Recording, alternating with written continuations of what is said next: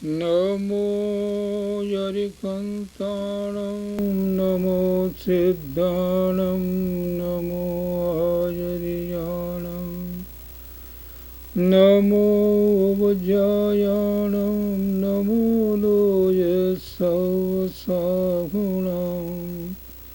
येषु पञ्चनमोकारो सर्वपावपणासनो मंगलाणं च संवसे परमं हवै मंगलम् अज्ञानतिमिरान्धानामज्ञानाञ्जनशलाकया नेत्रयोन्मीलितं येन तस्मै श्रीगुरुवे नमः। महादेव्याकुक्षिरत्नं शब्दजितवरयात्मजं श्रीराजचन्द्रकं वन्दे तत्त्वलोचनदायकं प्रभुतत्त्वलोचनदायकम्।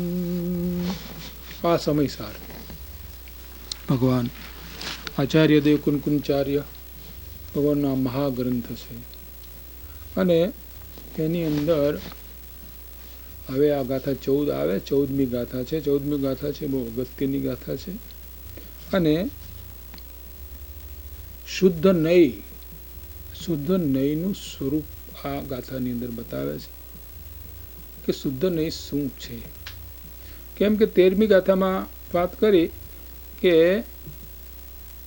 9 તત્વને શુદ્ધ નયથી જાણતા સમ્યક દર્શન છે. તો હવે અહીંયા થાય છે કે શુદ્ધ નય તમે કહો છો, શુદ્ધ નય છે શું? તો અહીં કહે છે કે અબદ્ધ સ્પષ્ટ અનન્યને જે નિયત દેખે આત્મને અવિશેષ અણસંયુક્ત તેને શુદ્ધ નય તું જાણજે. આ શુદ્ધ નયની વ્યાખ્યા આપવામાં આવી છે. એટલે કે છે કે જે નય આત્માને બંધ રહિત ને પરના સ્પર્શ રહિત, અન્યન્યપણા રહિત, ચડાચડતા રહિત, વિશેષ રહિત, અન્યના સંયોગ રહિત એવા 5 ભાવરૂપ દેખે છે તેને હે શિષ્ય તું શુદ્ધ નય જાણ. આ શુદ્ધ નયની વ્યાખ્યા કરવામાં આવી છે. હવે શુદ્ધ નયને માટે 2 વાત સમજવાની છે કે એક જે શુદ્ધ નય ખરેખર તો જે નય છે એ સમ્યક જ્ઞાનનો અંશ છે. તો સમ્યક જ્ઞાન એને જ કહેવાય કે જે જ્ઞાન સ્વ અને પરને બંનેને પ્રકાશે એ જ્ઞાનને સમ્યક જ્ઞાન કહેવામાં આવે છે. જે માત્ર પરને પ્રકાશે એને સમ્યક જ્ઞાન કહેવામાં આવતું નથી. એને તો સામાન્ય જ્ઞાન કહેવામાં આવે છે કે અજ્ઞાન કહેવામાં આવે છે કે મિથ્યા જ્ઞાન કહેવામાં આવે છે. જ્યારે નયની વાત કરવામાં આવે ત્યારે 2 રીતે વાત કરવામાં આવે છે. એક તો શુદ્ધ નય, કે શુદ્ધ નયનો અર્થ કે જે શુદ્ધ જ્ઞાનનો અંશ સ્વરૂપની અનુભૂતિ કરે એ શુદ્ધ નય છે. જે શુદ્ધ જ્ઞાનનો અંશ અંતર્મુખ થઈ અને પોતાના સ્વરૂપને જે સ્પર્શે અને એ સ્વરૂપને જે સ્પર્શતો જે અંશ છે એ ખરેખર શુદ્ધ નય છે. કેમ કે નય છે એ વિષય કરનાર છે. તો વિષય કોણ? શુદ્ધ નયનો વિષય કોણ? તો કે શુદ્ધ નયનો વિષય શુદ્ધ આત્મા છે. તો જે શુદ્ધ જ્ઞાનનો અંશ અંતર્મુખ થઈને પોતાના સ્વરૂપને સ્પર્શે એને શુદ્ધ નય કહે છે. અને એ શુદ્ધ નય તે અનુભૂતિ છે. એટલે કે આત્માની અનુભૂતિ તે જ શુદ્ધ નય છે. અને એક બીજો મુમુક્ષુને સાધકને સમજાવવા માટે શુદ્ધ નયની જે વાત કહેવામાં આવે એ તો રાગ મિશ્રિત નયની વાત કરવામાં આવે છે. કે કોઈ શિષ્ય આવ્યો એને સમજાવો કે ભાઈ જે પોતાના મૂળ સ્વરૂપને વિષય કરે એને દ્રવ્યાર્થિક નય કહેવાય. જે પોતાની પર્યાયને વિષય કરે તેને પર્યાર્થી નહીં કહો. હવે આ તો બુદ્ધિપૂર્વક સમજવું પડે ને. પહેલાં પરોક્ષ સમજ તો કરવી જ પડશે. પરોક્ષ સમજ જે ન કરે એને કંઈ ખબર ન પડે તો પરોક્ષ સમજમાં તો રાગ મિશ્રિત નહીંની વાત આવી છે. અહીંયા જે વાત કરવામાં આવી છે રાગ મિશ્રિત નહીંની વાત કરવામાં આવી નથી, પણ અહીંયા તો જે સમ્યક શુદ્ધ જ્ઞાન છે, શુદ્ધ જ્ઞાનમાં જ નહીં હોય, મતિ જ્ઞાનમાં કોઈ નહીં પડતા નથી, શુદ્ધ જ્ઞાનમાં જ નહીં હોય, તો એ શુદ્ધ જ્ઞાન જ્યારે અંતર્મુખ થાય અને પોતાના સ્વરૂપને જ્યારે સ્પર્શે એને શુદ્ધ નહીં કહેવામાં આવે છે. એટલે કે શુદ્ધ નહીં એમ તો જોયું શુદ્ધ નહીં જ્ઞાનનો અંશ છે, પણ શુદ્ધ નહીંનો વિષય અને શુદ્ધ નહીં બધાને એક રૂપે કોઈ વખતે શાસ્ત્રમાં વાત આવે કે અનુભૂતિ તો શુદ્ધ નહીં છે, તો અનુભૂતિ તો સ્વરૂપની છે. તો એ પ્રમાણે અહીંયા એ વાત કરવામાં આવી છે કે શુદ્ધ નહીં શું છે કે આત્મા. તો અહીંયા વર્ણન કરવામાં આવ્યું કે કેવો છે કે નિશ્ચયથી અબદ્ધ સ્પષ્ટ અનન્ય નિયત અવિશેષ અને અસંયુક્ત એવા આત્માની જે અનુભૂતિ તે શુદ્ધ નહીં છે. એવા આ બીજા વિશેષણો જે છે એનો વિસ્તારથી નીચે અર્થ કરવામાં આવ્યો છે. પણ આ એક શું કહ્યું કે જે આત્મા કર્મના સ્પર્શથી રહિત છે, જે આત્મા એકરૂપ છે, જે આત્મા ભેદ ગુણગુણી ભેદ રહિત છે, અને જે આત્મા રાગાદિભાવ રહિત છે, એવો જે આત્મા એનો જે અનુભવ, તો આ રીતે આત્માનું વર્ણન કરવામાં આવ્યું. અને ક્યાંય કહું એટલે કે અભેદ એક રૂપ જે ચૈતન તત્વ છે એમ પણ વર્ણન કરવામાં શુદ્ધ નહીંના વિષયનું આવે. તો અહીંયા એવી રીતે વર્ણન કરવામાં આવ્યું છે કે આવો જે આત્મા, કેવો આત્મા કે જે પરથી બંધાયેલો નથી, પરથી સ્પર્શાયેલો નથી, એકરૂપ છે, અભેદ છે, રાગાદિભાવ રહિત છે, તો એવો જે આત્મા એની જે અનુભૂતિ એને શુદ્ધ નહીં કહેવામાં આવે છે. તો એ વાત અહીંયા કરી છે કે આ રીતે આત્મા એક જ પ્રકાશમાન છે. શું કહે છે કે નિયશ્ચયથી અબદ્ધ સ્પષ્ટ અનન્ય નિયત અવિશેષ અને અણસંયુક્ત એવા આત્માની જે અનુભૂતિ તે શુદ્ધ નહીં છે. અને અનુભૂતિ આત્મા જ છે, એ અનુભૂતિ આત્મા છે. કેમ? અનુભૂતિને કરનાર કોણ? આત્મા પોતે. અનુભૂતિ કોના દ્વારા થઈ? જ્ઞાન દ્વારા. જ્ઞાન કે આત્માથી અભિન્ન છે, તો અનુભૂતિ કરનાર એ આત્મા, અને જેની અનુભૂતિ થાય છે એ પણ આત્મા. એટલા માટે અહીં કહી દીધું કે શુદ્ધ નહીં તે આત્મા છે, શુદ્ધ નહીં તે આત્મા છે.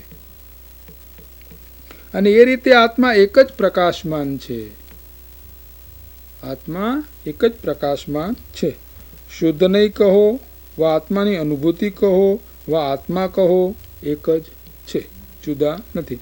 અહીંયા શિષ્ય પૂછે છે કે જેવો ઉપર કયો તેવા આત્માની અનુભૂતિ કેમ થઈ શકે? હવે પ્રશ્ન કરે છે કે તમે વાત તો કરી કે ભાઈ શુદ્ધ નહીં દ્વારા આત્માનો અનુભવ કરવો, ભાઈ અમને રીત બતાવો, અમારે આત્માની અનુભૂતિ કરવી કેવી રીતે? શિષ્ય પ્રશ્ન કરે છે. અહીં વાત લીધી, 13મી કથામાં વાત લીધી કે જે નવ તત્વને ભૂતાર્થ નહીંથી જાણે છે, એટલે કે શુદ્ધ નહીંથી જે જાણે છે તે નિશ્ચયથી સમ્યક દ્રષ્ટિ થાય છે. તો ત્યાં પ્રશ્ન કર્યો કે શુદ્ધ નહીં શું છે? તેના ઉત્તરરૂપ આ ગાથા કહી કે જે આત્માને અનુભૂતિ જે આત્માની કરે છે એ શુદ્ધ નહીં છે. તો હવે અહીંયા શિષ્ય પ્રશ્ન કરે છે કે આ અનુભૂતિ કેવી રીતે થાય? અનુભૂતિ થાય કેવી રીતે? હવે એનો ઉત્તર આપે છે આચાર્ય દેવ. આ આચાર્ય અમૃતચંદ્રાચાર્યની ટીકા છે. તો આ ટીકાની અંદર આ વાત કરી છે કે શિષ્ય પૂછે છે કે જેવો ઉપર કયો, કેવો કયો? અબદ્ધ સ્પષ્ટ અનન્ય નિયત અવિશેષ અણસંયુક્ત એવો આત્મા જે છે એની અનુભૂતિ થાય કેવી રીતે? તેનું સમાધાન તો કહે છે કે બદ્ધ સ્પષ્ટ આદિ ભાવો અભૂતાર્થ હોવાથી તે અનુભૂતિ થઈ શકે છે. આ બધા ભાવો, બદ્ધ સ્પષ્ટ આદિ જે ભાવો છે એ ભાવો અસત્યાર્થ છે.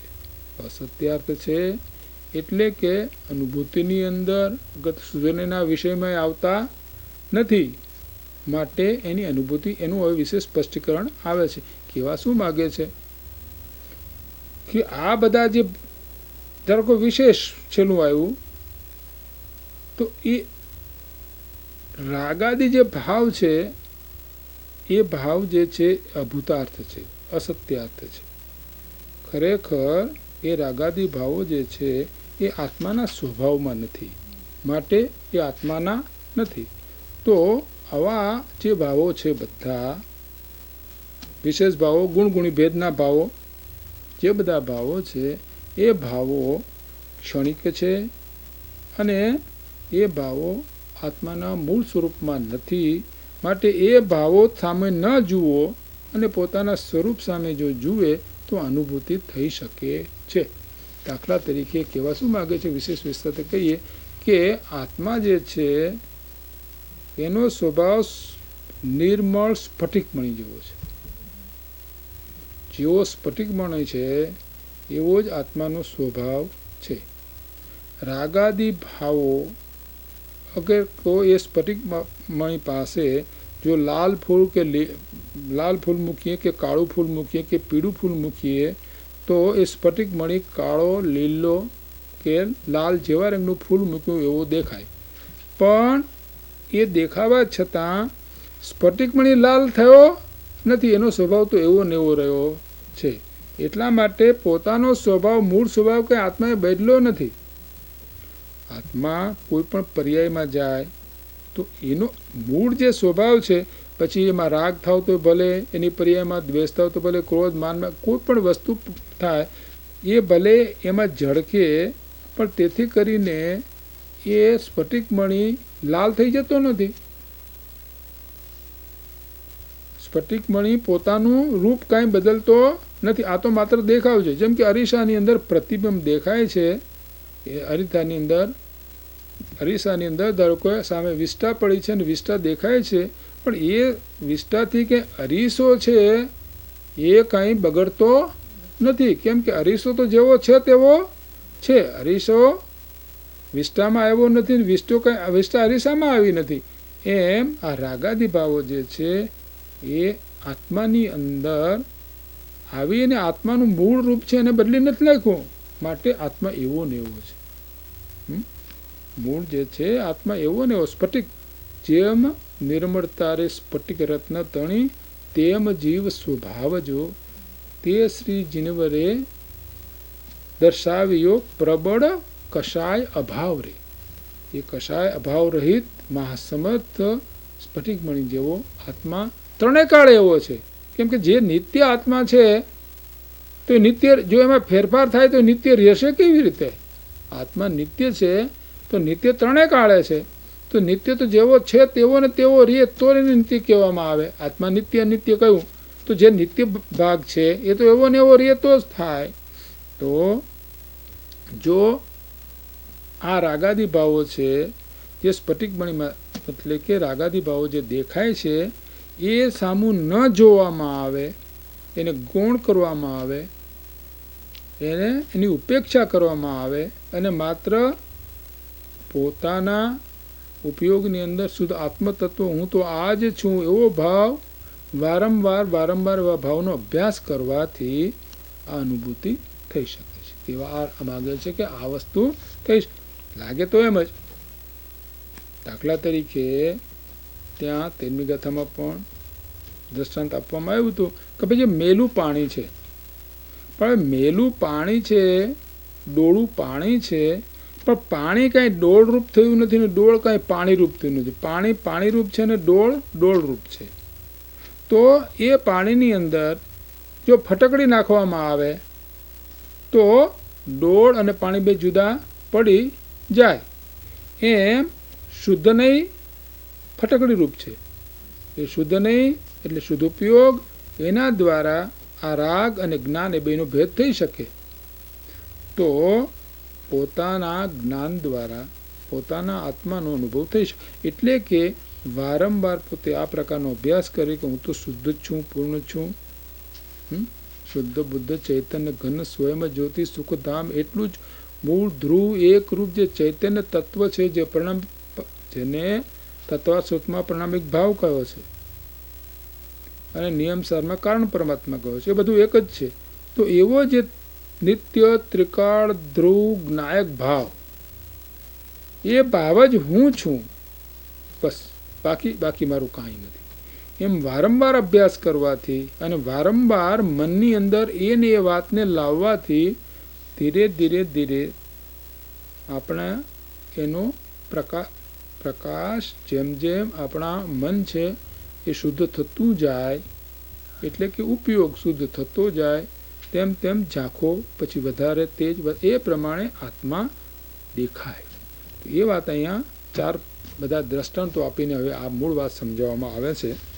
એ છે કે અબદ્ધ સ્પષ્ટ આદિ જે ભાવો છે, આ જે 5 ભાવો કયા છે ને, અબદ્ધ સ્પષ્ટ અનન્ય નિયત અવિશેષ, એ ભાવો અભૂતાર્થ છે, અસત્યાર્થ છે હોવાથી અનુભૂતિ. આ વાતને દ્રષ્ટાંતથી પ્રગટ કરવામાં આવે છે. જેમ કમલિનીનું પત્ર જળમાં ડૂબેલું હોય, તેનો જળથી સ્પર્શાવારૂપ અવસ્થાથી અનુભવ કરતા જળથી સ્પર્શાવાપણું ભૂતાર્થ છે, સત્યાર્થ છે. કમળનું પત્તું જે છે એમ જુઓ તો આપણે લાગે કે ભાઈ આ જળમાં ડૂબેલું છે. એ દ્રષ્ટિથી જોઈએ તો જળમાં ડૂબેલું લાગે. તો એ પ્રમાણે આ જે આપણે દ્રવ્ય કર્મ લાગેલા છે, જે કર્મ લાગેલા છે, એ પ્રમાણે આપણને આત્મા સાથે બંધાયેલા છે, એ વાત બરાબર છે. પણ જળથી જરાયની સ્વલ્પાયોગ એવા કમલીના પત્રના સ્વભાવની સમીપ જઈને અનુભવ કરતા જળથી સ્પર્શવા પણ અભૂતાર્થ છે, અસત્યાર્થ છે. પણ હવે એ કમળનું પત્તું તમે આમ ઊંચું કરો અને જુઓ તો લાગે કે હાવ કોરું જ છે, જરાય એને જળ અડ્યું જ નથી. તો એના સ્વભાવ તરફ જુઓ, ઉપરથી જુઓ તો દેખાય છે કે પાણીમાં ડૂબેલું છે, પણ એના સ્વભાવ સામે જોઈએ તો પાણીને અડ્યું જ નથી. એમ રાગાદી ભાવ પર્યાય દ્રષ્ટિથી જોઈએ તો રાગાદી ભાવ છે, પણ આ દ્રષ્ટિથી જોઈએ તો રાગાદી ભાવ એને અડ્યા જ નથી. આત્મા તો જે એવો ને એવો છે. તેથી એવી રીતે અનાદિકાળથી બંધાયેલા આત્માનો પૂદગળ કર્મથી બંધાવા સ્પર્શારૂપ અવસ્થાથી અનુભવ કરતા બધો સ્પષ્ટપણું ભૂતાર્થ સત્યાર્થ છે. પર્યાય દ્રષ્ટિથી જોઈએ તો આત્મા બંધાયેલો છે, કર્મથી બંધાયેલો છે. અને જો કર્મથી બંધાયેલો ન હોય તો પછી છોડવાનો પ્રશ્ન ક્યાં ઊભો થાય છે? કર્મથી ન બંધાયેલો તો કંઈ છોડવાનો પ્રશ્ન ઉપસ્થિત થતો નથી. આ બધી વાત શા માટે થાય છે? બંધાયેલો છે માટે બંધાયેલાને છોડાવવો છે કે જે છૂટેલો છે એને છોડવો છે? છૂટેલાને શું છોડવાનો છે? તો વર્તમાન અવસ્થાની દ્રષ્ટિથી જોવામાં આવે તો સંસારી આત્મા બંધાયેલો છે, એટલે કે કર્મથી એ બંધાયેલો, દ્રવ્ય કર્મથી બંધાયેલું છે, એટલે કે એના આત્મા સાથે ધર્મ કર્મે ચોટેલા છે.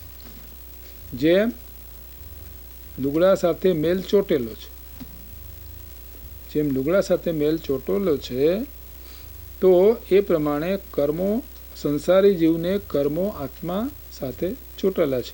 એ દ્રષ્ટિથી જોઈએ તો વાત સાચી છે.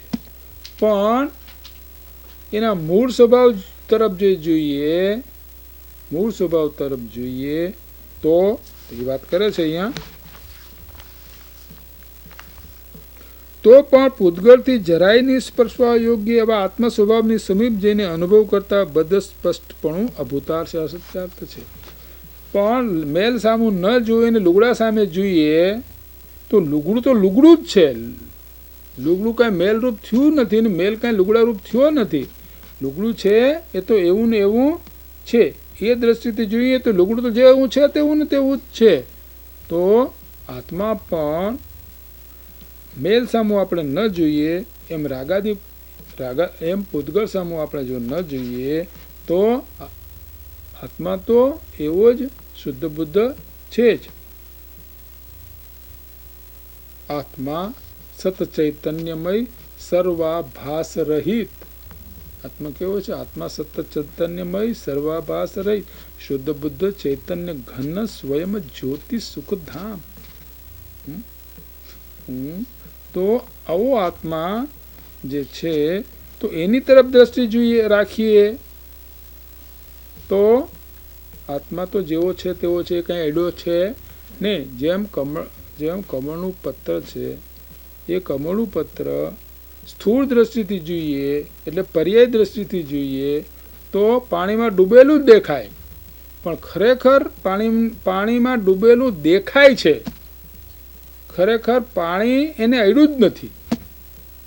પાણીમાં ડૂબેલું સ્થૂળ દ્રષ્ટિથી દેખાય છે. હવે પત્તાને લઈને આમ કરો ને હાથ ફેરવો, જરાય પાણી અડેલું દેખાય નહીં. તો એના સ્વભાવ તરફ જોઈએ એમ આત્મા અનાદિકાળથી રાગાદી ભાવ આત્માની પર્યાયમાં છે, એ દ્રષ્ટિએથી રાગાદી, પણ એના સ્વભાવ સામે જોઈએ તો રાગાદી ભાવ એ રૂપ થયા જ નથી.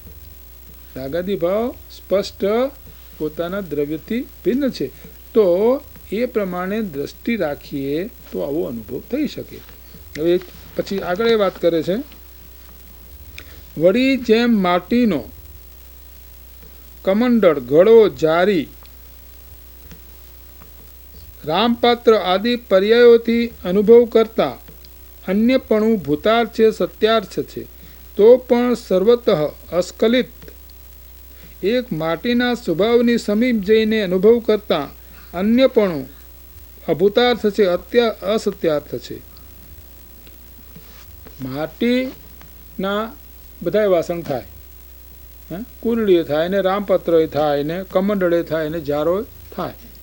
તો હવે જારો કમંડળ આદિ જોઈએ તો વાત સાચી છે, પણ જારો કમંડળ એવું ભિન્ન ભિન્ન ન જોઈએ. તો બધામાં એક માટી તરફ જો એક માટી જ છે. કોઈ એમ કહે કે ભાઈ આ શું છે તો કે માટી છે, તો એ માણસ સાચો છે. એ કમંડળ પડ્યું હોય ને કોઈ કે ભાઈ આ શું છે કે માટી છે. જેમ સોનાના બધા દાગીના હોય તો સોની હોય એની દ્રષ્ટિ હંમેશા સોના ઉપર હોય, ઘાટ ઉપર હોતી નથી. તો કે ભાઈ આ શું છે, એની દ્રષ્ટિ સોના ઉપર છે. અમે તો સોનાના પૈસા આપીએ, ઘાટબાટના પૈસા આપવાના નથી. એ રામપત્ર આદિ ભિન્ન ભિન્ન પર્યાયો માટીના ની છે, પણ જો મૂળ સ્વભાવ તરફ જોવામાં આવે તો માટી જ છે. રામપત્ર આદિ બીજું કાંઈ દેખાતું, માટી જોનારને માટી જ દેખાય છે. જેમ દાખલા તરીકે એક પથ્થરનો મોર હોય તો પથ્થરના મોરને કોઈ એમ કહે, કોઈને પૂછે કે ભાઈ આ શું છે તો કે ભાઈ પથ્થર છે, તો પણ એ માણસ સાચો છે. કોઈ માણસ એમ કહે કે આ મોર છે તો પર્યાય દ્રષ્ટિથી એ માણસ સાચો છે. હવે કોઈ એમ કહે કે આ પથ્થરનો મોર છે તો પણ એ માણસ સાચો છે. તો મૂળ દ્રવ્ય દ્રષ્ટિથી જોતા એ મોર છે એ પથ્થર છે, પર્યાય દ્રષ્ટિ જોતા મોર છે, અને પ્રમાણ જ્ઞાનથી જોતા એ પથ્થરનો મોર છે. વસ્તુ એક જ છે, વસ્તુ તો એક જ છે. એમ હવે આગળ એ જ પ્રમાણે વાત કરી છે આચાર્ય. તેવી રીતે આત્માનો નારક આદિ પર્યાયોથી અનુભવ કરતા અન્યપણું ભૂતાર્થ છે. એટલે કે જીવ નરક પર્યાયમાં જાય, મનુષ્ય પર્યાયમાં જાય, ઢોરમાં જાય કે મનુષ્યમાં કે દેવમાં જાય, તો એ બધી પર્યાયની અપેક્ષા એમાં ભિન્નતા છે. પણ આત્માની દ્રષ્ટિ જોવા જઈએ તો એ એક જ આત્મા અનેક પર્યાય રૂપ થાય છે. તો એ પર્યાય સામું ન જોતા એના તત્વ સામે જોઈએ તો એમાં અનેકપણું નથી, એમાં અનેકપણું નથી, પણ એક જ પણું છે. તો એ વાત કરીએ અહીંયા. સર્વત અસ્ખલિત એક ચૈતન્ય ચમત્કાર આત્માની સમીપ જઈને અનુભવ કરતા અન્યપણું અભૂતાર્થ છે, અસત્યાર્થ છે. પણ આ ઉપરનું પેકિંગ કાઢી નાખો, માલ તો એક જ છે. પેકિંગ બદલે ગધેડાનું પેકિંગ હોય, કોઈ વખતે ઘોડાનું પેકિંગ હોય જીવને, ને કોઈ વખતે મનુષ્યનું પેકિંગ હોય, ને કોઈ વખતે ઝાડનું પેકિંગ હોય. પણ મૂળ તત્વ જોઈએ તો આત્મા જ છે, આત્મા છે. તો મૂળ તરફ જોઈએ તો નરક નારકાદી પર્યાય ટૂંકમાં દેશ આદિ આ જીવના નથી. કર્મ જીવના નથી. મૂળ તત્વ સામે જોઈએ તો કર્મ પણ જીવના નથી, આ દેહ પણ જીવનો નથી. એ વાત અહીં કરે છે. પછી હવે ત્રીજું દ્રષ્ટાંત આપે છે કે જેમ સમુદ્રનો વૃદ્ધિ હાનિરૂપ અવસ્થાથી અનુભવ કરતા અનિયતપણું ભૂતાર્થ છે, સત્યાર્થ છે, તો પણ નિત્ય સ્થિર એવા સમુદ્ર ભાવની સમીપ જઈને અનુભવ કરતા અનિયતપણું અભૂતાર્થ છે, અસત્યાર્થ છે. તો સમુદ્રના જો મોજા સામે જોઈએ તો અનેક મોજા દેખાય, પણ મોજા સામે ન જોઈએ તો એક સમુદ્ર જ દેખાય, એક સમુદ્ર જ દેખાય. તો નાના મોટા મોજાઓ થાય એમ આપણે જ્ઞાનની દર્શનની આદિ જે પર્યાયો થાય એ પર્યાયો સામું જોઈએ તો હીન જ્ઞાન વધારે જ્ઞાન આદિ ફેરફાર છે. પણ એના જ્ઞાન ગુણ તરફ જોઈએ તો જ્ઞાન ગુણ તો એવો ને એવો ત્રિકાળ છે. એ વાત અહીંયા કરે છે. એવી રીતે આત્માનો વૃદ્ધિ હાનિરૂપ પર્યાય ભેદોથી અનુભવ કરતા અનિયતપણું ભૂતાર્થ છે, સત્યાર્થ છે, તો પણ નિત્ય નિયત એવા આત્મ સ્વભાવની સમીપ જઈને અનુભવ કરતા અનિયતપણું અભૂતાર્થ છે, અસત્યાર્થ છે. એટલે કે જ્ઞાન છે તો છ અપસમ પ્રમાણે પર્યાય દ્રષ્ટિ જેવું છ અપસમ એવું જ્ઞાન, દરેકનું જ્ઞાનના જુદું જુદું, દરેકની જ્ઞાન કરવાની શક્તિ જુદી જુદી. પણ મૂળ જ્ઞાન ગુણ તરફ જોવા જઈએ તો મૂળ સ્વભાવ તરફ જોઈએ તો જ્ઞાન તો ત્રિકાળ જ્ઞાન જ છે. તો અહીંયા એ વાત કરી કે વૃદ્ધિ હાનિ જે છે કે આ વધારે બુદ્ધિવાળો, આ ઓછી બાજુ, આ ઠોઠ, આ આવો, આ હોશિયાર, હા, તો એ વાત સાચી છે. પણ મૂળ તત્વ તરફ જોઈએ તો બધાના આત્માઓ અને બધાના ગુણો સરખા જ છે. તો મૂળ તત્વ જોઈએ તો આવી કોઈ પર્યાય દેખાતી નથી. એટલે કે જેને આત્માનો અનુભવ કરવો છે એને મારી વર્તમાન જે જ્ઞાનની અવસ્થા છે એ અવસ્થા સામું નહીં જોતા પોતાની પૂર્ણ અવસ્થા સામું જોવાની એ વાત કરી કે પોતે તો પરિપૂર્ણ જ્ઞાન સ્વરૂપ જ છે. હા, કેવળ જ્ઞાન, હા, પોતે એની અંદર પૂર્ણ જ્ઞાન છે. જ્ઞાનમાં અધુરાશ છે નહીં, મૂળ તત્વમાં કાંઈ અધુરાશ છે નહીં, જ્ઞાન પરિપૂર્ણ જ છે.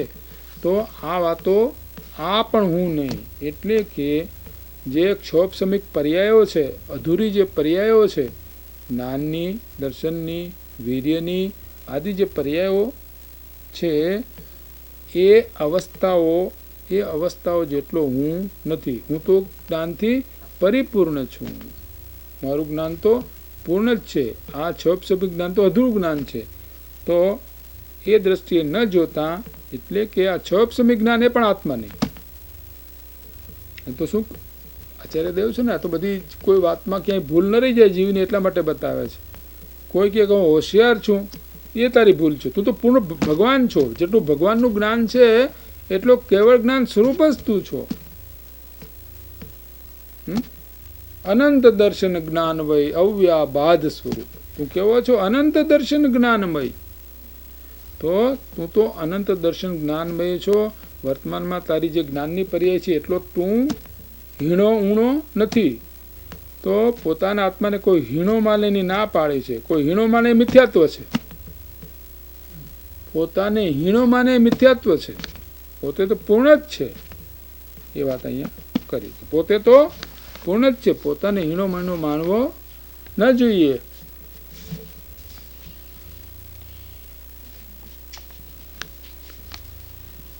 હવે જેમ સુવર્ણનો ચીકણાપણું, પીળાપણું, ભારેપણું આદિ ગુણરૂપ ભેદોથી અનુભવ કરવામાં આવતા વિશેષપણું ભૂતાર્થ છે, સત્યાર્થ છે, તો પણ જેમાં સર્વ વિશેષો વિલય થઈ ગયા છે એવા એક સુવર્ણ ભાવ સ્વભાવની સમીપ જઈને અનુભવ કરતા વિશેષપણું અભૂતાર્થ છે, અસત્યાર્થ છે.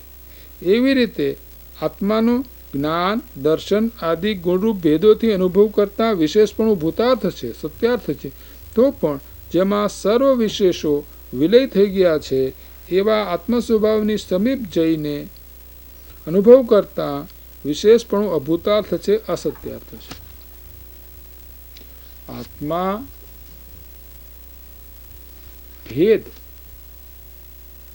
અહીંયા શું કહે છે કે આત્મા તો અભેદ પિંડ છે. એ અભેદની દ્રષ્ટિ રાખવાની છે કે આત્મા જ્ઞાનરૂપ છે, કે આત્મા દર્શનરૂપ છે, કે આત્મા ચારિત્ર્યરૂપ છે, કે આત્મા વીર્યરૂપ છે, કે આત્મામાં જ્ઞાન છે, દર્શન છે, ચારિત્ર છે, આ છે. એવા ભેદોથી જો જોવામાં આવે તો વાત સાચી છે. આત્મામાં જ્ઞાન પણ છે, આત્મામાં દર્શન પણ છે, આત્મામાં ચારિત્ર પણ છે, આત્મા વીર્ય પણ છે, આત્મામાં સુખ ગુણ છે. આ બધા ગુણો આત્મામાં છે. તો એ ભેદ અપેક્ષા એ વાત સાચી છે. તો ભેદ અપેક્ષા જ્યારે વાત કરીએ ત્યારે આત્મામાં આ બધા ગુણો છે એ વાત સાચી છે. પણ એક આત્માના મૂળ સ્વભાવ તરીકે જોઈએ તો આ બધા ગુણોનો પિંડ આત્મા છે. આત્મા કથનચિત અભિન્ન છે ને કથનચિત ભિન્ન છે. તો ગુણગુણી ભેદ જો ભેદ કરીએ તો આ બધા ગુણો સાચા છે. પણ મૂળ સ્વભાવ તરફ જોઈએ તો આત્મા એવો નથી. આત્મા તો જેવો છે તેવો છે, ગોળ તો જેવો છે તેવો છે. પછી વર્ણનની અંદર આવે કે મીઠો છે, રંગે કાળો છે, આવો એનો આકાર છે. પણ મૂળ તરફ જોઈએ તો ગોળ તો જે છે તે છે. એમ અહીંયા પણ કહે છે કે જ્ઞાન છે. તો સાતમી ગાથાની અંદર વાત આવી ને, સાતમી ગાથામાં વાત આવેલી કે આત્માને જ્ઞાન છે, દર્શન છે, ચારિત્ર છે. એ તો વ્યવહારથી છે, નિશ્ચયથી તો એક અભેદ જ્ઞાયક ભાવ જ પોતે છે. તો ગુણગુણી ભેદનો પણ અહીંયા હું જ્ઞાન સ્વરૂપ છું. કેમ કે સાધક જે છે એ હંમેશા જ્યારે વિચાર કરે છે ત્યારે કે હું તો જ્ઞાન છું, હું તો દર્શન છું, હું તો ચારિત્ર રૂપ છું, હું તો સ્થિર રૂપ છું, હું તો પૂર્ણ રૂપ છું, મારું જ્ઞાન પૂર્ણ જ છે, મારું વીર્ય તો પૂર્ણ જ છે, માનામાં તો અનંત એક પછી એક ઉત્પત્તિ ધ્રુવ છે, આ છે. એમ એક એક ગુણની વાત કરે તો એને અનુભવ નહીં થાય. કેમ કે એક ગુણમાં એક અંશ જ આત્માનો આવે, એક ગુણમાં એક જ અંશ જ આવે. આત્મા તો અનંત ગુણનો પિંડ છે. તો એ બધા ભાવોને ભેદને ગૌણ કરીને એક ધ્રુવ તત્વ અભેદ જે બધા ગુણોનો પિંડ છે એ તરફ દ્રષ્ટિ રાખે અને જુએ તો આત્મામાં આવા ભેદ કોઈ છે જ નહીં. જેમ શરબત છે એમાં અનેક દ્રવ્યો નાખેલા હોય તો એ જ્યારે શરબતનું ભેદથી વર્ણન કરવામાં આવે તો એની અંદર લીંબુ પણ છે, એની અંદર સાકર પણ છે, એની અંદર એલચી પણ છે, આ બધી એની અંદર રંગ પણ નાખેલો છે, એની અંદર ખસખસ પણ નાખેલું છે. તો એ વાત સાચી છે. પણ એક શરબત તરફે જોવામાં તો એક શરબત જ છે. તો આવું ભેદરૂપ અસ્તિત્વ છે. પણ ભેદ તરફ નજર રાખવાથી આત્માનો અનુભવ થતો નથી. તો એટલા માટે અહીં કહે છે કે ભેદ સામે પહેલાં જાણવા માટે તો ભેદથી જાણવું પડશે. આત્માને જાણવો છે કે આત્મા એટલું કહેવાથી આત્મા નહીં જણાય. કોઈ કે મારે આત્મા પેજવા જાઓ આત્માને જાણો, પણ પેલો કે આત્મા છે હું, તો આપણે એને સમજાવવું પડે કે જ્ઞાન કરે તે આત્મા, સુખી દુઃખી થાય તે આત્મા. તો એને ભેદથી સમજાવવો પડે. પણ કામ આપણે અભેદને સમજાવવાનું છે, પણ ભેદ દ્વારા અભેદને સમજાવાય છે. એમ અહીંયા અનુભવની અંદર એક એક ગુણ લેવા જશો તો અંશ આવશે હાથમાં.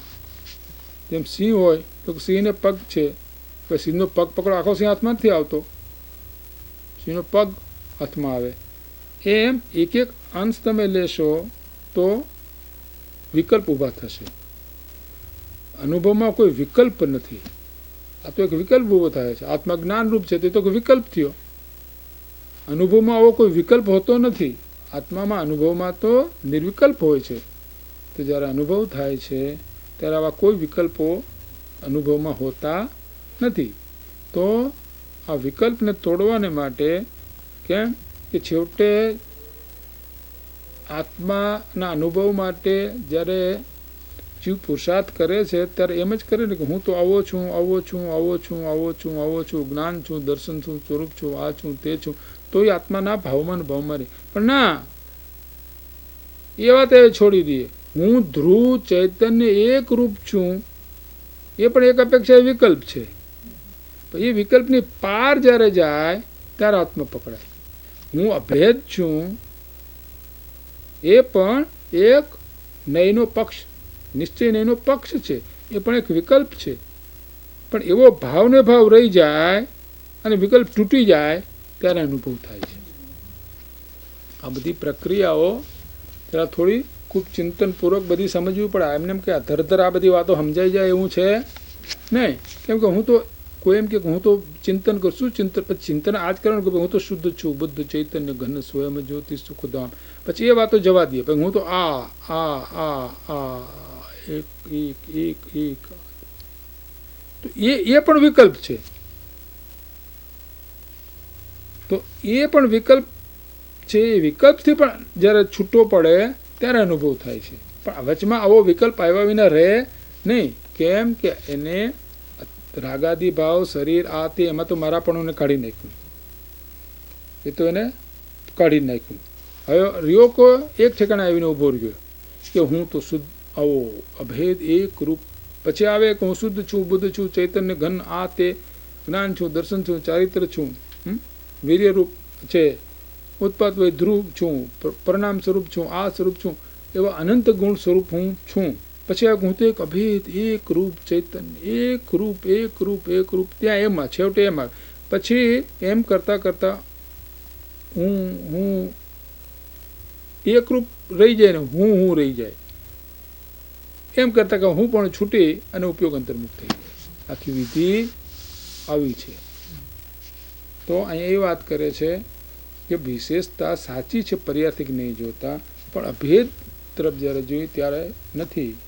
તો જ્યારે અંતરમાં જ્યારે ઉદાસીનતા તીવ્ર થાય છે, આત્માને તીવ્ર ઉદાસીનતા જ્યારે પ્રગટે છે, તેમ તેમ તેમ તેમ બીજા વિકલ્પો ધીરે ધીરે મંદ થતા જાય છે.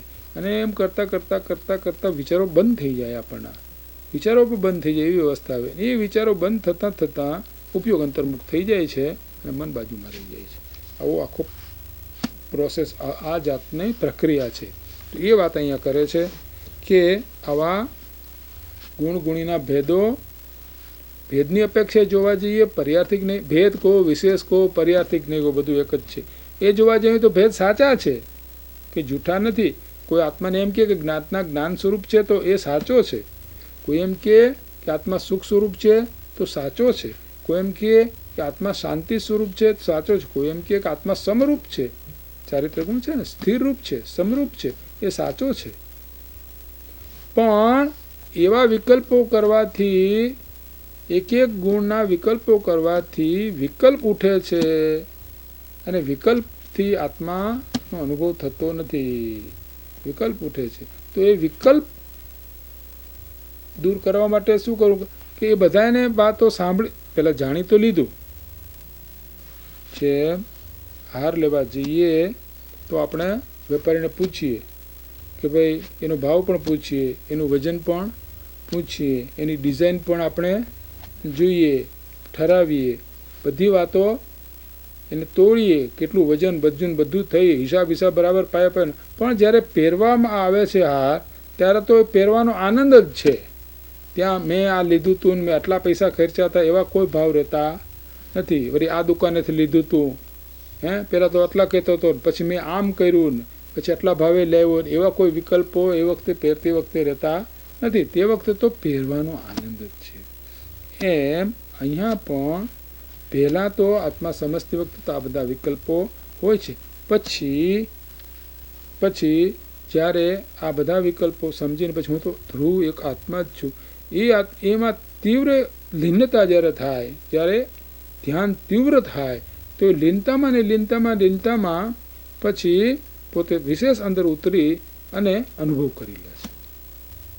તો આખી અનુભવની પ્રક્રિયા છે. તો એ અનુભવની પ્રક્રિયાની એ વાત કરી છે.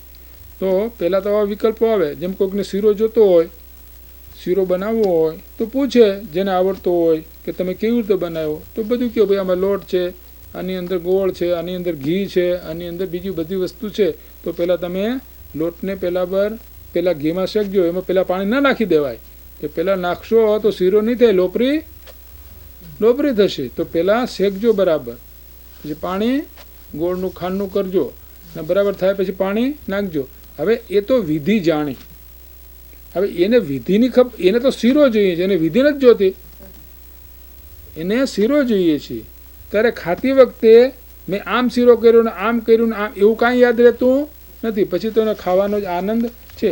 એમ આત્મા સમજતી વખતે આ બધા ભેદોને વિકલ્પો હોય છે, પણ અનુભવમાં જ્યારે જાય છે જીવ ને અનુભવ કરવો હોય ત્યારે આ ભાવમાં ને ભાવમાં એકાકાર થતાં એ તો આ બધી અનુભવની વાતો છે. એ તો ત્યાં જે જાય પહોંચે એને ખબર પડે કે ત્યાં તો કેવી, ત્યાં તો તીવ્ર ઉદાસીનતા હોય છે. એટલી તીવ્ર ઉદાસીનતા હોય છે કે કોઈ પણ બીજી વાતો હોય તો એની શાંતિમાં ભંગ ન પડે એવી ઉદાસીનતાની અંદર એકાકારતા આવે છે. એક શાંત પ્રવાહ હોય છે, શાંત વાહિતાના જેવો એક પ્રવાહ હોય છે. એ પ્રવાહ ચાલુ હોય છે. એ પ્રવાહની અંદર આ એવો મગ્ન હોય છે. એ મગ્નતામાં મગ્ન હું એમ કરતાં હું પણ જતું રહીએ અને ઉપયોગ અંતર્મુખ થઈને આત્માને સ્પર્શી લે. તો એ વાત અહીં હવે આગળની વાત કહે છે કે જેમ પાંચમો, જેમ જળનો અગ્નિ જેનું નિમિત્ત છે એવી ઉષ્ણતા સાથે સંયુક્તપણારૂપ તપ્તપણારૂપ અવસ્થાથી અનુભવ કરતા ઉષ્ણપણું સંયુક્તપણું ભૂતાર્થ છે, સત્યાર્થ છે. તો પણ એકાંત શીતળતારૂપ જળ સ્વભાવની સમીપ જઈને અનુભવતા કરતા સંયુક્તપણું અભૂતાર્થ છે, અસત્યાર્થ છે. કહે છે કે ગરમ પાણી, હવે ગરમ પાણીની અવસ્થાથી જોવા જઈએ તો પાણી ગરમ છે, એની અવસ્થા વર્તમાન અવસ્થા તો ગરમ છે જ, એ વાત સાચી છે. પણ એના મૂળ સ્વભાવથી જોવા જઈએ તો ઉષ્ણતા અગ્નિની છે, ઉષ્ણતા અગ્નિની છે ને પાણી શીતળ છે. એના સ્વભાવ તરફ જુઓ તો પાણી તો શીતળ જ છે, કદી ઊનું થયું જ નથી. ઉષ્ણતા અગ્નિની છે, ઉષ્ણતા પાણીની નથી. તો જે વિવેકી છે એ ગરમ પાણીને પણ વિવેકી એ વખતે શીતળ જુએ, એના સ્વભાવ સામે જુએ તો એને શીતળ જ દેખાય કે ભાઈ આ પાણી તો શીતળ જ છે.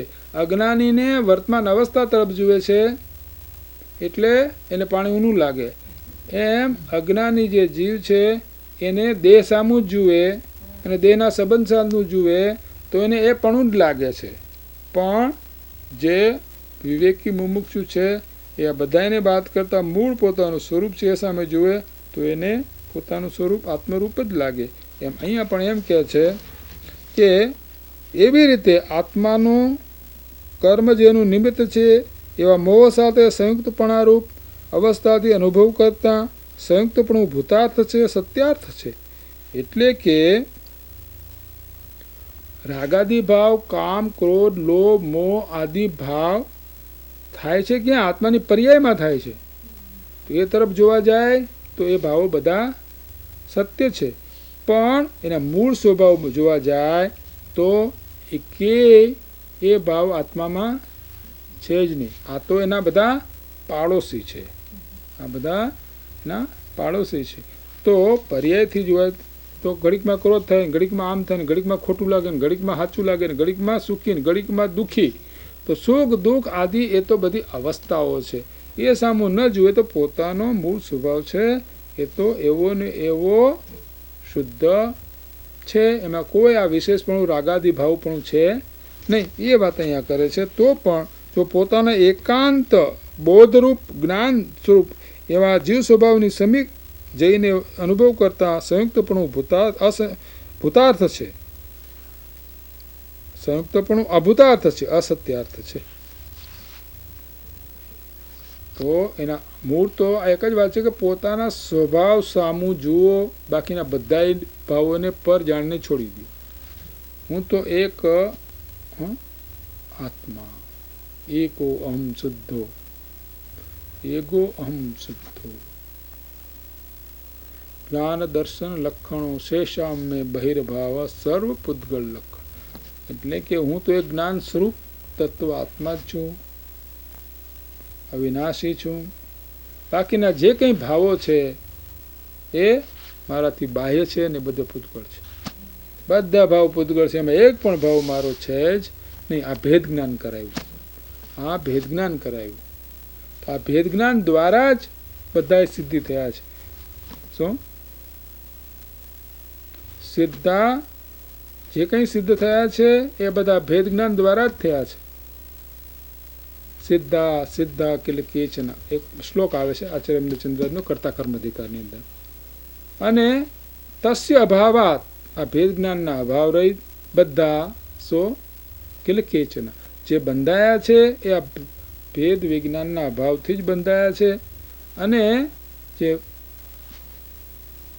જેનો મોક્ષ થયો છે એ ભેદ જ્ઞાનથી જ મોક્ષ થયો છે. તો આ ભેદ જ્ઞાનની વાત કેમ કરવી એની આ વાત કરી કે મૂળ સ્વભાવ તરફ જોવાનું. મૂળ તો આ બધી વાતોમાં એક પણ તારી છે જ નહીં. કેમ કે જે ત્રણે કાળ ટકે કાયમ ટકે એ જ તું. બાકી જે કંઈ ટકે નથી, જે નાશવંત છે એવા કોઈ પણ ભાવો, દેહ તારો નથી, રાગાદિભાવ પણ તારા નથી, તને લાગેલા કર્મ પણ તારા નથી, શરીર આદિ આ ભાવ છે એ પણ તારો નથી, અને હું જ્ઞાન છું, દર્શન છું આદિ એ ભેદ પણ તારા નથી, અને મારે હું જ્ઞાનમાં બહુ હોશિયાર આદિ એ વાતો પણ પર્યાય અપેક્ષાએ બરાબર નથી. તું તો પરિપૂર્ણ શુદ્ધ બુદ્ધ ચૈતન્ય સ્વરૂપ છો એમ વારંવાર એનું ચિંતન ને એનું મનન ને એમાં જ કેન્દ્ર થતાં થતાં ઉપયોગ અંતર્મુખ થઈને અનુભવ થાય છે. તો આ એટલા માટે અહીં વાત કરી કે આ પાંચ ભાવો પાંચ પ્રકારથી અનેક રૂપ દેખાય છે. કયા પાંચ ભાવો? કે અનાદિકાળથી કર્મ પૂતગલના સંબંધથી બંધાયેલો કર્મ પૂતગલના સ્પર્શવાળો દેખાય છે. કર્મના નિમિત્તથી થતા નર નારકાદી પર્યાયોમાં ભિન્ન ભિન્ન સ્વરૂપે દેખાય છે. શક્તિના અવિભાગ પ્રતિછેદ ઘટે પણ છે અને વધે પણ છે એ વસ્તુનો સ્વભાવ છે. તેથી તે નિત્ય એકરૂપ દેખાતા નથી. એટલે કે ચોપસમ ભાવ છે, એકને બુદ્ધિ વધારે, એકની બુદ્ધિ ઓછી, એકની સમજ ઓછી, એ બધા ભાવો પર્યાય દ્રષ્ટિએ સાચા છે, પણ મૂળ તરફ જ્ઞાન તરફ જોવા જઈએ તો એ ભાવો પણ ખોટા છે. વળી દર્શન જ્ઞાન આદિ અનેક ગુણોથી વિશેષ રૂપ દેખાય છે. અને કર્મના નિમિત્તથી થતા મોહ રાગ દ્વેષ આદિ પરિણામો સહિત જે સુખ દુઃખ રૂપ દેખાય છે, આ સૌ અશુદ્ધ દ્રવ્યાર્થિક વ્યવહાર નહીંનો આ વિષય છે. આ બધા જે ભાવો છે એને જ્ઞાનીઓ વ્યવહાર નહીંનો વિષય, પર્યાય નહીંના વિષયમાં આ બધા પર્યાર્થિક નહીંથી જુએ તો આ ભાવો સાચા છે, પણ દ્રવ્યાર્થિક નહીંથી જુએ તો આ એક પણ ભાવ એમાં આવતો નથી. એ દ્રષ્ટિ અપેક્ષાથી જોવામાં આવે તો એ સર્વ સત્યાર્થ છે, પરંતુ આત્માનો એક સ્વભાવ આ નહીંથી ગ્રહણ થતો નથી. અને એક સ્વભાવને જાણ્યા વિના યથાર્થ આત્માને કેમ જાણી શકાય? આ કારણે બીજા નહીંને એવા પ્રતિપક્ષી શુદ્ધ દ્રવ્યાર્થિક નહીંને ગ્રહણ કરી એક અસાધારણ જ્ઞાયક માત્ર આત્માનો ભાવ લઈ તેને શુદ્ધ નહીંની દ્રષ્ટિથી સર્વ પરદ્રવ્યોથી ભિન્ન, સર્વ પર્યાયોમાં એકાકાર, હાનિવૃદ્ધિથી રહિત, વિશેષોથી રહિત, નિમિત્ત ભાવોથી રહિત જોવામાં આવે તો સર્વ ભાવોથી જે અનેક પ્રકારપણું છે તે અભૂતાર્થ છે, અસત્યાર્થ છે.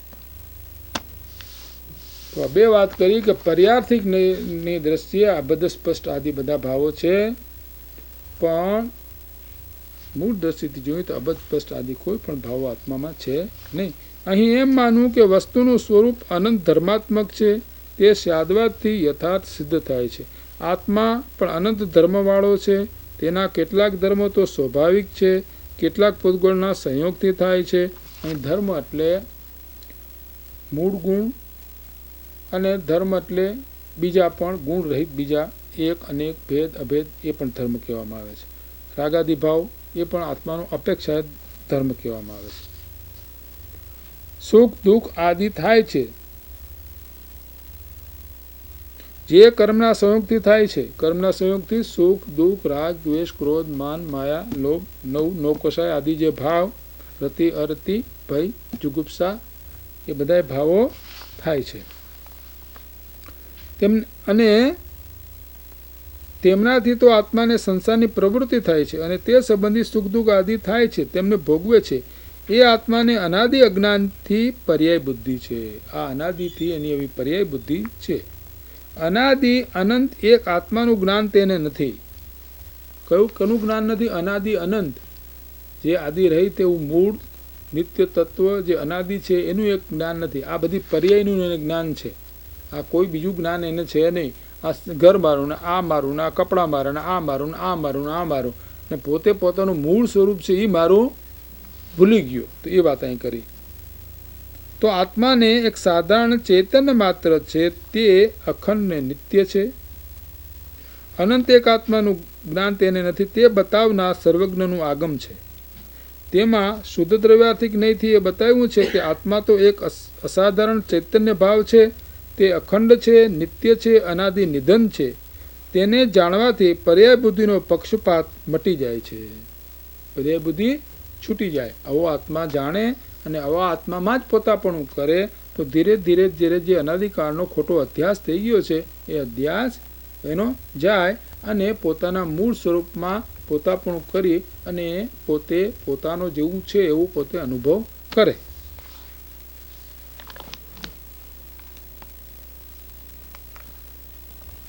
પરદ્રવ્યોથી, તેમના ભાવોથી અને તેમના નિમિત્તથી થતા પોતાના વિભવોથી આત્માને ભિન્ન જાણી તેનો અનુભવ જીવ કરે ત્યારે પરદ્રવ્યના ભાવોરૂપ પરિણમતો નથી. તેથી કર્મ બંધાતા નથી, સંસારની નિવૃત્તિ થાય છે. તો આ સંસારની નિવૃત્તિ કરવી હોય તો આ એક જ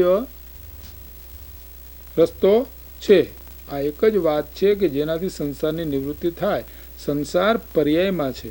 જે પોતાનું નથી એમાં પોતાપણા કરવાનો ભાવ, જે પોતે કરી શકતો નથી એમાં પોતે કરી શકે એવો ભાવ, સુખ દુઃખ આદિ જે કંઈ ભાવોનું વેદન છે એમાંનું કોઈ પોતાનું નથી.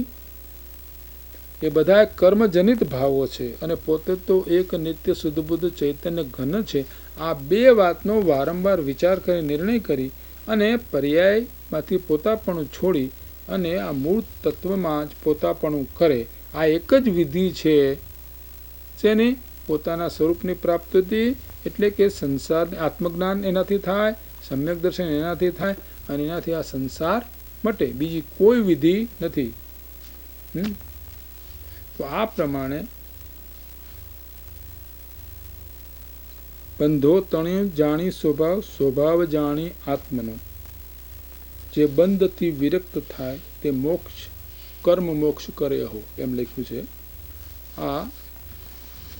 આની અંદર જ છે. આ સમયસારની અંદર જે મોક્ષ અધિકાર છે એમાં લખ્યું છે કે બંધનો સ્વભાવ જાણીને અને આત્માનો સ્વભાવ જાણીને જે બંધથી છૂટો થાય છે એ કર્મથી છૂટો થાય છે.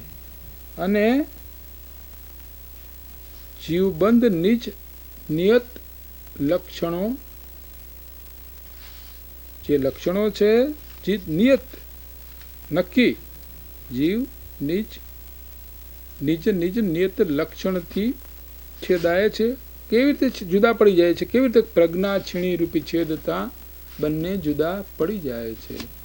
તો આ પોતે પ્રજ્ઞારૂપી છીણીથી જે આત્મા અને આ બે બંધ એ બેને જુદા કરી નાખે. આત્મા બંધ અને જીવ બને નિજ નિજ નિયત લક્ષણે છેદાય છે.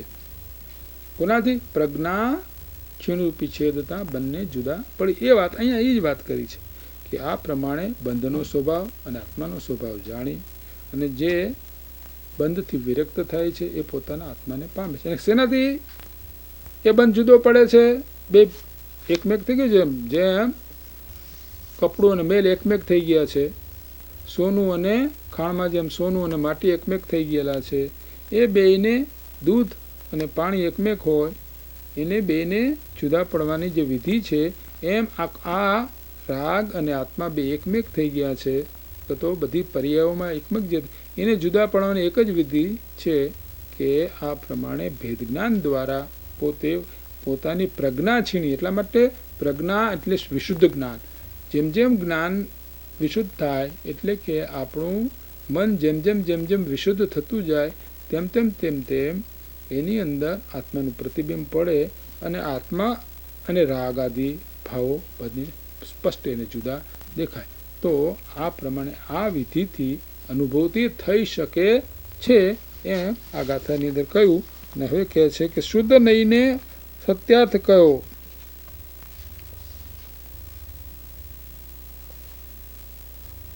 માટે પર્યાર્થી નિરૂપ વ્યવહાર નહીંને ગૌણ કરી અભૂતાર્થ કયો છે, અને શુદ્ધ નહીંને સત્યાર્થ કહી નિશ્ચય નહીંને સત્યાર્થ કહી તેનું અવલંબન લીધું છે. વસ્તુ સ્વરૂપની પ્રાપ્તિ થયા પછી તેનું અવલંબન રહેતું નથી. શુદ્ધ નહીંનું અવલંબન ક્યારે જાય કે જ્યારે પૂર્ણ સ્વરૂપ એટલે 13મે ગુણસ્થાને કે પછી કોઈ નહીં રહેતા નથી. આ કથનથી એમ ન સમજવું કે શુદ્ધ નહીંને સત્યાર્થ કયો તેથી અશુદ્ધ નહીં સર્વથા અસત્યાર્થ છે. એમ માનવાથી વેદાંત મતવાળા જેઓ સંસારને સર્વસ્થા અવસ્તુ માને છે તેમનો સર્વથા એકાંત પક્ષ આવી જશે અને તેથી મિથ્યાત્વ આવી જશે. આ રીતે એક શુદ્ધ નહીંનું અવલંબન પણ વેદાંતિઓની જેમ મિથ્યા દ્રષ્ટિપણું લાવશે. માટે સર્વનયના કથનચિત રીતે સત્યાર્થપણાનું શ્રદ્ધાન કરવાથી જ સમ્યક દ્રષ્ટિ થવાય છે. આ રીતે સ્યાદવાદને સમજી જીનમતનું સેવન કરવું. મુખ્ય ગુણ કથન સાંભળી સર્વથા એકાંત પક્ષ પકડવો નહીં. તો પર્યાય છે એ નથી, રાગાદી કાંઈ છે જ નહીં. એ રાગાદી પણ છે, આત્માની પર્યાયમાં છે. તો રાગાદીને પણ ભલે અસત્યાર્થ છે, ક્ષણિક છે, પણ છે એમ જૈન દર્શન કબૂલ કરે છે. બીજા દર્શનો એ વાતને કબૂલ કરતા નથી.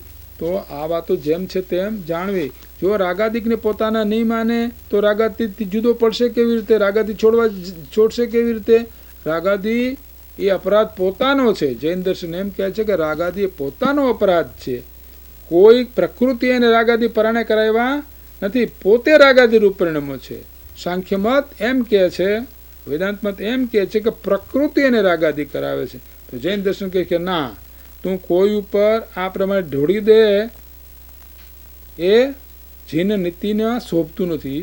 એ પ્રમાણે ત્યાં મોક્ષમાં પ્રકાશકમાં વાત કરેલી છે. તો અહીં એ વાત કરી છે કે ત્રિવાર્થિક પર્યાર્થિકના જે કંઈ વિષયો છે એ બધાને યથાર્થ જેમ છે તેમ જાણવા, નવે તત્વને જેમ છે તેમ જાણવા, અને પછી એમાં હેય શું છે, જ્ઞેય શું છે, ઉપાદેય છે, એનો બધો વિવેક કરવો.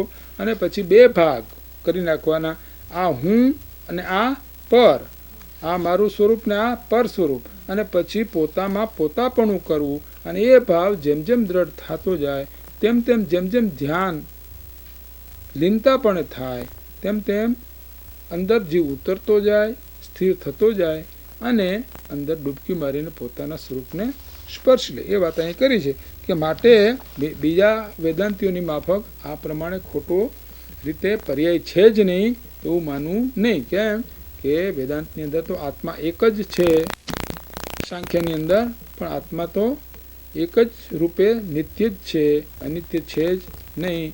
રાગાદી ભાવ પણ એ તો બધું પ્રકૃતિનું કાર્ય છે, આત્મા એને કાંઈ કરતો નથી. એ બધી વાતો યથાર્થ નથી. જૈન મતમાં તો આત્મા નિત્ય અનિત્ય છે. રાગાદીનો અજ્ઞાન અવસ્થામાં જીવ રાગાદીનો કરતા છે, જ્ઞાન અવસ્થામાં જીવ રાગાદીનો દ્રષ્ટા છે, કરતા નથી. આ બે વાતો જેમ છે તેમ જૈન દર્શન સિવાય બીજે ક્યાંય કહેવામાં આવી નથી. રાગાદી ભાવ છે, અજ્ઞાન અવસ્થામાં રાગાદી ભાવ થાય છે, જીવનો પોતાનો અપરાધ છે. પોતે રાગાદી કર્યા છે, પોતે પર ઉપર રાગ કરી અને રાગાદી ભાવ પોતે કર્યા છે, એનો અપરાધ પોતાનો છે. એ કબૂલ કરે તો એ રાગાદી કાઢે. કોકે કરાયો એમ માને તો એ જેને કરાયો એ છોડે ત્યારે છૂટે, તો પોતાનો પુરુષાર્થ પણ રહેતો નથી. તો આ વાત એટલા માટે કહે કે જીન મતની વાત છે એ સત્યાર્થ છે. એની યથાર્થ જેમ છે તેમ જાણી અને સ્યાદવાદથી બરાબર વસ્તુ જાણી અને જે દ્રવ્યાર્થિક નૈષ્ના વિષયભૂત જે પોતાનું શુદ્ધ બુદ્ધ ચૈતન્ય સ્વરૂપ છે એમાં જ પોતાપણું કરવું.